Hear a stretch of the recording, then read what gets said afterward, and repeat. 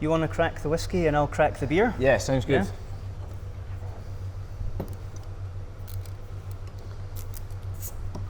It's not champagne style.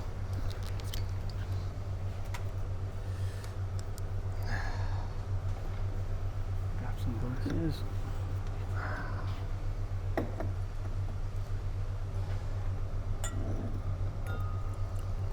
Look at that colour. Yeah, it's got a nice little match, I think.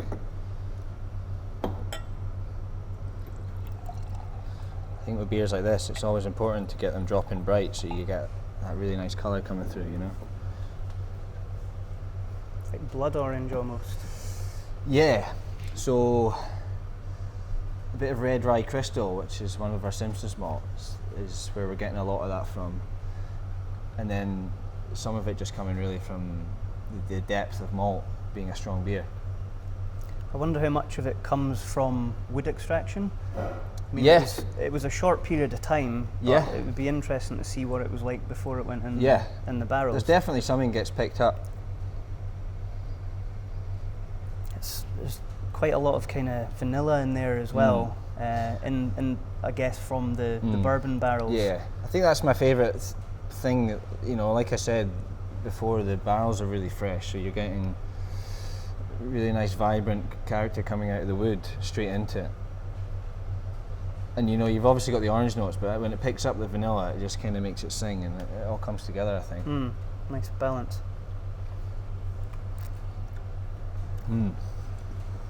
Yeah. Wow. So all our barrel aged beers are bottle conditioned as well, so the shelf life becomes much longer because any oxygen is consumed by the yeast. Yeah, I noticed that. So we put 5 years on them. January 2024. And, yeah. I don't think it would last that long It in might- my house. Yeah. But Is that- it makes such a difference in the beer, because if it was just normal, we'd be drinking it now. You know, it's been packaged for a while. There'd be oxidized flavors coming through, and you know, you'd lose a bit of that subtlety, a bit of the orange, a bit of the spice. So a bit of kind of rum and raisin fudge comes through as well. Yeah. It's really quite Yeah. sweet and If almost anything, raisiny. I think that's actually tasting better than it was a few months ago. Good Yeah. stuff. Well, Now let's for the whiskey. Try the whiskey. See what impact this beer's had.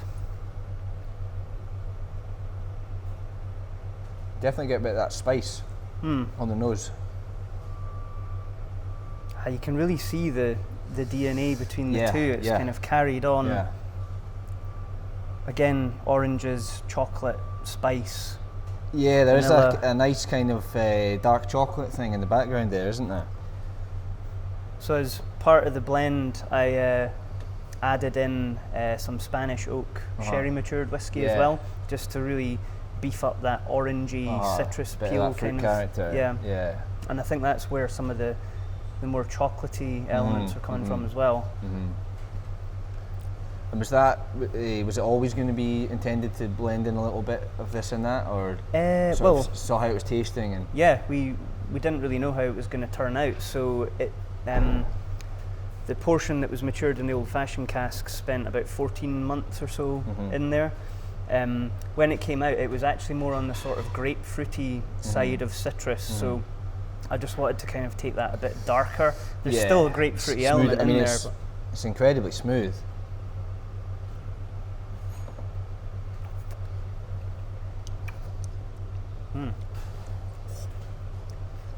Yeah, I mean, there's elements of citrus, but not in a kind of spiking way where it's, you know, it's out with the balance of the whiskey. Yeah. Feels very like the cocktail as well, doesn't it? Yeah, yeah. It's almost like it's mouth coating. You've got that wee hint of the bitters kind of comes through. Yeah. It's pretty unusual. And yeah, definitely you can imagine a bit of orange peel and some ice in there.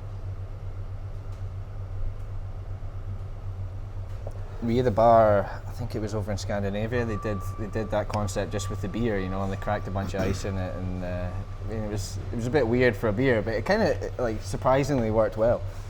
You've got to try these things, haven't you, just to see. But they've, you know, it's cool. I think they both have hit the brief. In, you know, if you're calling it old-fashioned, you want to really focus on those elements. Yeah. And I think it's doing that.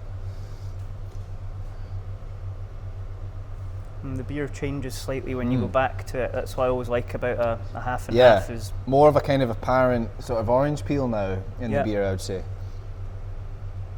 Yeah, it's really stuff. interesting. Very good. Should we move on? Yeah, let's do that. I mean, I'd like to drink all of this, to be fair, but got a lot of work to do. Maybe leave you the bottle. Yeah.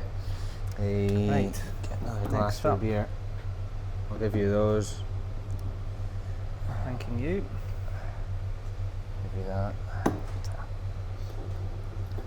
It's quite good actually. These have been sitting out for just that little bit, you know, because just a few degrees warmer is. Take the cold edge off. Yeah.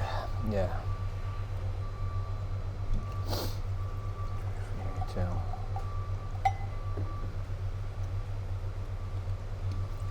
So who is it? Kai? Is he responsible for all the crazy names? Does it seem like he would be? So the tasting notes are all created by our tasting panel. Oh, cool. So it will be a group of people sat down trying the whiskey, and then the challenge of the panel chair is to try and condense all of that conversation. Right. If you imagine trying to take everything we're saying and editing yeah. it down into 100 words. Yeah. So that's why they sometimes seem fairly off the wall, because they're... But I understand it works, you know? Yeah.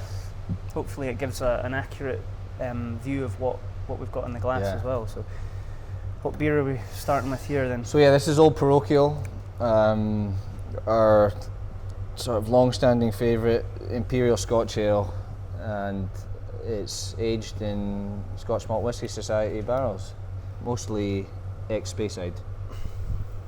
A little bit of this and that in the blend. 11.5%. 11.5%, yeah. So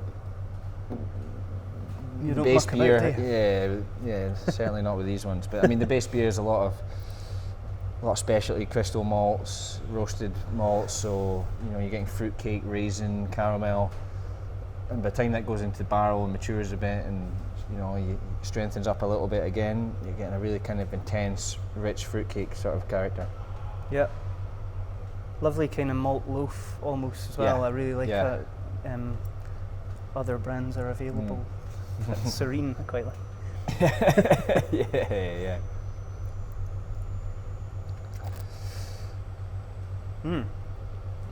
It's a really nice kind of treacle licorice. Yeah, and it's there's obviously a bit of sweetness in there, but we've kind of, you know, the fermentation of the beer, we've allowed it to dry out to a point where it's not overly sweet and cloying, you know.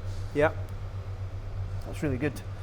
So we decided to pair this one with a 7-year-old Speyside dram. Was previously in an Oloroso butt, moved to a toasted oak butt.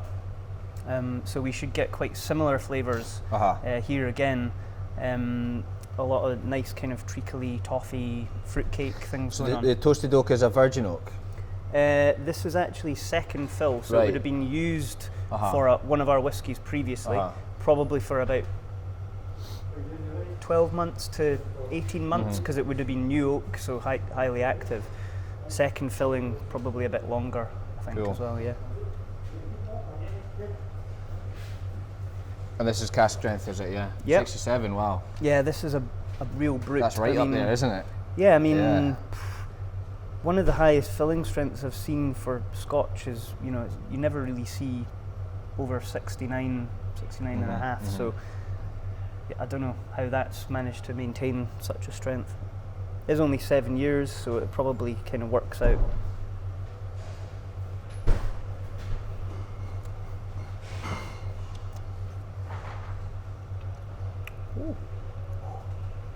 Bit of heat, but still very quaffable. quite smooth. Yeah.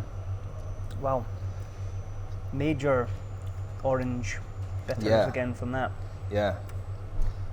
I tell you what. Should we give it a little splash? Add a splash from this classic whiskey jug. Yeah. Only the best. Super controlled water addition. I think with something at this strength, want me to add? Yes, please. Yeah, something at this strength, you're not really going to go wrong as long as you're a bit careful. Yeah, I mean, what are you trying to just take it down sort of less than 10%? Yeah, I mean, I normally treat it like adding salt to food. Yeah. add a wee bit, have a taste, See how it goes. and because you don't want to ruin it. More raisiny. Bit of tropical stuff. Yeah, I mean, I definitely think there's some similarities, that kind of raisiny, real nice sweetness though as well. That's super sweet. Yeah. That's the toasted oak. And it's only 7 years old. Yeah. Yeah, it's amazing. There's kind of a real deep coconutty macaroon. How does it get that kind of maturity then with only being 7 years old? Well, just good active wood, I think. The first Oloroso butt would have given it that kind of classic sherried profile, but I think the toasted oak just adds, it would be American oak as well in this case, just adds some more coconutty kind of thing. Yeah, so you can definitely get that coconut. In the back, in the kind of, I think it's sort of in balance with coconut, the sherry winey oxidative style. Cool. Oh, good stuff. Yeah, I think that's quite a nice little pairing actually.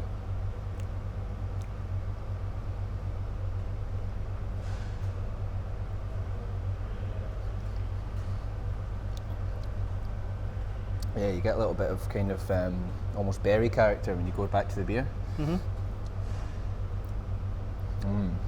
Very good.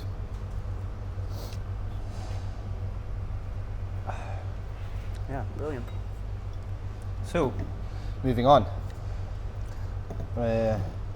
This is quite an interesting pairing, this one. So we've got a much older whiskey, 21 years old. Again, it's Speyside from distillery 46, which tends to age really, really well and kind of gets this sort of almost waxy character when it's older. Polished apples and stuff as well, lots of fruit bowl stuff. And this is in toasted oak. Yeah. Again, second fill, so not as harsh an impact as you would get from virgin oak. What beer have we got to go with this one? So this is one of our latest IPAs. It's a 6.8% IPA featuring Citra, BBC Citra, which is like a sort of higher quality. So it's a high quality ingredient, real intense fruity character, and this thing that sort of decided to pick this out was what you said about those kind of tropical fruit notes and that fruit bowl thing, and I think it's just about got the stones to hold up to the whiskey. And as always, the most important thing with IPA is it's super fresh. Yeah.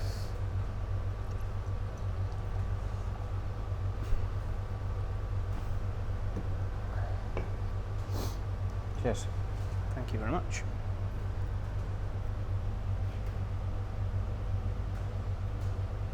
It's a whole different. Yeah, there's that real kind of upfront bit of ripe mango, little bit of pine, citrus. Yeah, it's like a forest piney kind of vibe I'm getting on a hot summer day. Yeah. And the taste, it should be quite soft, pillowy, good body in it, Yeah, it's really a lot of oats and a lot of wheat, kind of high adjunct IPA. So does that add to like the texture of it? Yeah, exactly.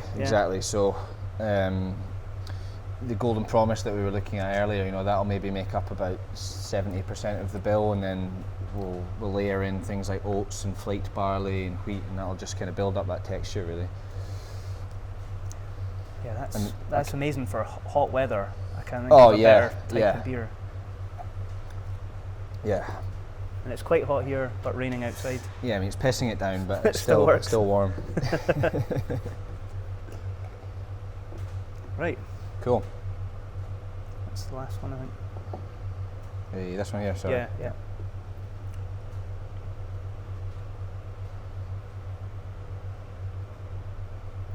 You really get the age coming through on that. Yeah. It's really quite refined. Yeah, there's that kind of maturity to it. It's like a nice kind of old library vibe. Yeah, it's all. I don't want to say a mustiness. Sounds like a bit of a derogatory thing to say, but yeah, I mean it's the kind of smell you get in a dunnage warehouse. Yeah. When you go to visit a distillery, it's old, it's musty, but it's fruity. Yeah. It's in a positive way. Yeah, definitely. And is this cask strength as well? Is it? Yep. So all of our bottlings are always at natural strength. So this one being 21 years old, Insanely smooth. 55.6. Yeah. For that kind of strength. It's I'm actually blown away by how smooth that is. You can leave the bottle behind. That's another one. So yeah, I mean, there are those nice kind of little characters of fruit coming through, but it's all integrated into that sort of musty maturity thing. Had a wee drop. Yeah, wow.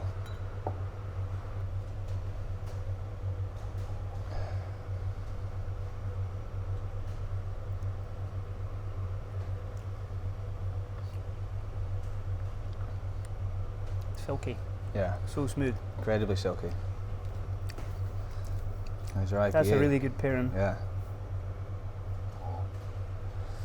Yeah, I mean, I think that the lightness of the beer kind of allows the whiskey to, do its thing. It's got the nuance. And then this does a really nice palate cleanse. Yeah, it's like a chaser, it's isn't like it? a sorbet or something. Exactly.